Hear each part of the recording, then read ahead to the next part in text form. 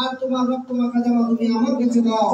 দুইটা জিনিসের বিনিময়ে আমার লক্ষ লক্ষ কোটি কোটি উম্মত জান্নাতি করে দিব। সুবহানাল্লাহ। ওনাদের রক্তের ফোঁটার বিনিময়ে আমরা যাব জান্নাতে।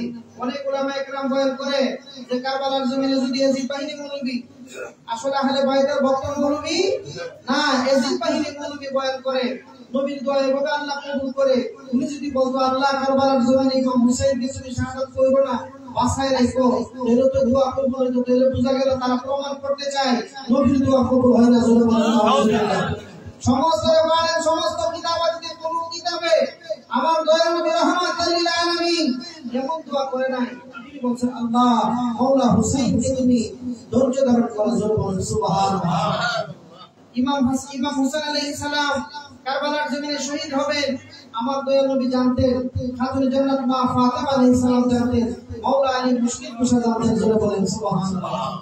আমার নবী সরকারে দো আলম নূরে মুজাসসাম রাহমাতুল লিল আলামিন তিনি হুজরা মুবারকের মধ্যে অসুস্থ অবস্থায় শুয়ে রইলেন। তখন তিনি বললেন, এ আলী তুমি আমাকে উঠায় দাও, উঠায় একটু বসাও। মাওলা আলী মুশকিল কুশা নবীকে উঠায় বসাইলেন। বসানোর পর তিনি বললেন, এ মা ফাতেমা আমার আলমারিতে কিছু কাপড় আছে, কাপড়ের গাঁঠিটা তুমি আমার কাছে এনে দাও। খাতুনে জান্নাত মা ফাতেমা আলাইহিস সালাম কাপড়ের গাঁঠিটা দিলেন। দেওয়ার পরে তিনি বললেন, এক টুকরা কাপড় আলাদা করলেন, পরে বললেন, এ ফাতেমা ইয়া আলী এই কাপড়টা তোমার কাছে রাখো, আমি যেই দিন দুনিয়া থেকে বিদায় হয়ে যাব সেই দিন এই কাপড়টা দিয়ে তুমি আমাকে দাফন করবে। সুবহানাল্লাহ। খাতুনে জান্নাত মা ফাতেমা আলাইহিস সালাম মাওলা আলী মুশকিল কুশা মাওলা হাসান মাওলা হুসাইন বুঝতে পারেন আমাদের নবী সরকারে দো আলম নূরে মুজাসসাম রাহমাতুল লিল আলামিন দুনিয়াতে আর বেশি দিন বাঁচবেন না।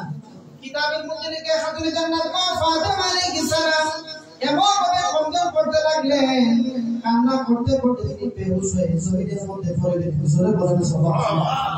আমার নবী ডাকতে কয়, ফাতেমা তুমি কান্না করো না, আমি বিদায়ের পরে সবার সাথে যখন সাক্ষাৎ হবে তখন তোমার সাথে সাক্ষাৎ হবে। সুবহানাল্লাহ।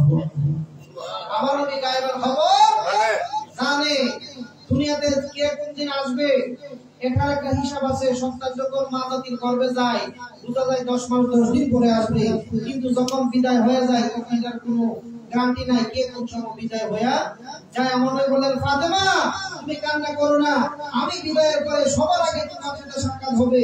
কিতাবের মধ্যে লিখে 5 মাস হঠাৎ করে 6 মাসের মাথায় খাতুনে জান্নাত মা ফাতেমা আলাইহিস সালাম বিদায় হয়েছেন। সুবহানাল্লাহ।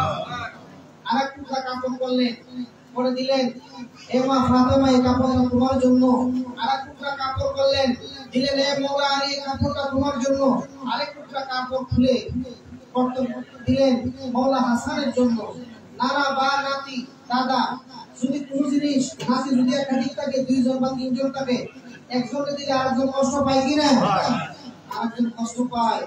মা খাতুনে জান্নাত মা ফাতেমা আলাইহিস সালাম বলেন, ইয়া রাসূলুল্লাহ ইয়া হাবিবাল্লাহ নবীর কাপড় আমাকে দিলেন, আপনার নিজের জন্য রাখলেন, মাওলা আলীকে দিলেন, মাওলা হাসানকে দিলেন, কিন্তু হুসাইনকে কোন কাপড় দিলেন না। আমার নবী বলেন, ফাতেমা তুমি কার জন্য কাপড় চাইতেছো? 130 হিজরিতে নির্মমভাবে কারবালার জমিনে ইমাম হুসাইন শাহাদাত বরণ করবে, তাকে দাফন করার মতো কোনো লোক থাকবে না। সুরে আল্লাহু আকবার। আর তুমি তার জন্য কাপড় চাইতেছো, কারবালার জমিনে ইমাম হুসাইনকে দাফন করার মতো কেউ থাকবে না। তাহলে আমার নবী জানে কিনা? আমার নবী জানে। বলছে, আলী রে, এ মা ফাতেমা ইমাম হাসান হুসাইন বিষ্ণুকে তোমরা কষ্ট দিও। এইভাবে তিনি বলে গেলেন। মাওলা আলী মুশকিল কুশা তিনি খাইবর বিজয় করে কারবালার পথ ধরে আসছিলেন ইরাকের রাস্তা দিয়ে। ওনার কারবালার জমিনে আসার পরে